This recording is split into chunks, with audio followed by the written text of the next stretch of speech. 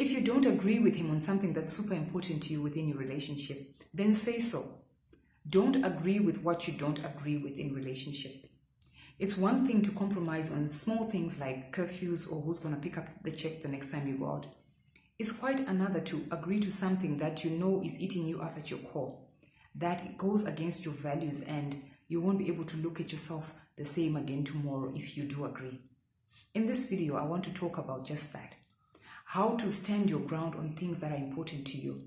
How to hold up your values and respect yourself, and also respect your partner within your relationship, and still move forward, knowing that the decisions you are making together are going to be better for you in the long run, even when you can't quite agree how to do that too. Welcome back to Loving Honestly. My name is JC, and Loving Honestly is a place for every woman with a deep need to reclaim your love story in the way that feels right for you. I speak about intimate relationship issues, and I also speak about my special passion, which is parenting teenagers. In the beginning stages of intimate relationship, it's easy to find middle ground on things to agree with. You just genuinely want to please each other. But after a while, the big ticket items start coming out as you relate towards each other, as you get to know each other better, and as you start to solidify this relationship, especially if it becomes a long-term relationship. Your values start to show. And it's important to talk about what those values are. But sometimes you only realize it in the moment when something has to be agreed upon, and that's when you realize, no, I do not agree with this. I'll give you an example of myself. Very early on, I knew it wouldn't work if either of us had friends of the opposite sex. And I don't mean you can't have friends or colleagues in general, but I think these things have to be in pockets. I could have colleagues from work, or people I network with, or are in a communal club together, or are church friends. That's fine. But friends of the opposite sex would always kind of jeopardize the relationship, because someone will be pulling at the strings of each other. Whenever I then go out for lunch with my friend, what am I doing there? That's me. I'm more of a traditionalist, and personally, I know other people may not agree with me, but that is one of my big ticket items. To me, it is a no-no for either of us to have friends of the opposite sex. And I made that very clear in the beginning stages of our relationship. Now, that might look different for you, and you know the big ticket items that are your deal breakers. The things that you value the most, that you know if you continue within this relationship are not going to be good for you. Another one for me is buying big ticket items, assets, for example. We are in a married relationship, so we will buy things together. It depends on what that purchase looks like and what it will be and what the dynamics are around that. We can work around that, but we must do this together. We must make those purchases together. And that takes me to the next thing. What if, even after I have laid my cards on the table, that this is how I would like you to do this, for example, the friend thing, but you still go on and have other female friends? Now, it's up to you. It's up to the level of that you want to take this issue. But I believe in just speaking my mind out, telling him why I feel the way I do. I don't believe people who are in committed relationships should see people of the opposite sex, because either one of the two might end up falling for the other. So just don't do it. And if you then go on and do it, then I won't be happy. It really goes against the grain of our relationship. It's easy in the beginning stages to lay our cards out on the table, and even probably give an ultimatum, because you may be able to walk away.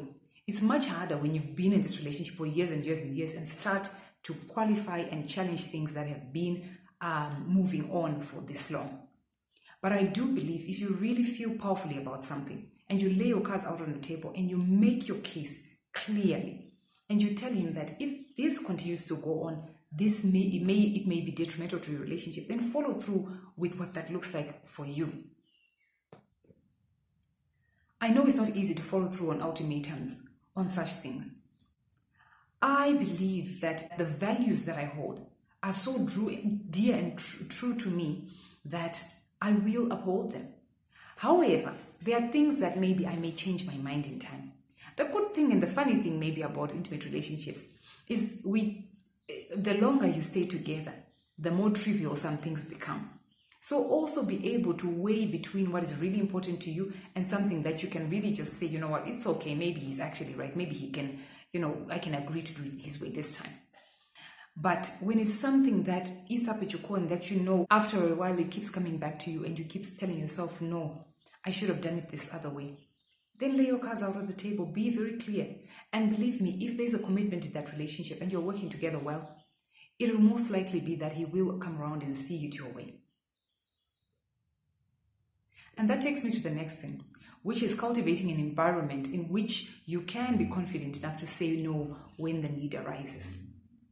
And that's a building a friendship within your relationship. Building a friendship and communicating on a daily basis about small and large things, things that are life-threatening and things that are frivolous. And when you do that, you build, a practice of conflict resolution, of agreeing and disagreeing, of bantering and being able to hold your ground. Because it's fun to be able to actually have a relationship where you say, no, I don't agree with you, and you talk it through. It's no fun when you constantly are being told no, no, no, or you are constantly saying no, no, no, but without talking about it. Talk about these things. Let your lifeblood flow through your everyday, such that the day you have to say, my friend, I do not agree with you and I am not going to back down, there's a very high likelihood that there will be a positive response to it. It's really simply about creating an environment within your relationship to articulate yourself, to influence his decisions and him influence you. And know that sometimes your values will change, and that's fine. And if they do, communicate that. And also be able to respect his values as well. Because sometimes if he does continue with something that you've not agreed with, it's just simply because maybe he really, really values this and he has now started to value it. So respect that as well. And you don't need to take everything too seriously. Let it be a fun, engaging way to relate with one another. But it's okay to say no when you do not agree with it. Don't agree with what you don't agree with. I hope this has been thought-provoking, and thank you for listening. I post every Wednesday, so if you'd like to get notifications when I do, please press the subscribe button. Take care.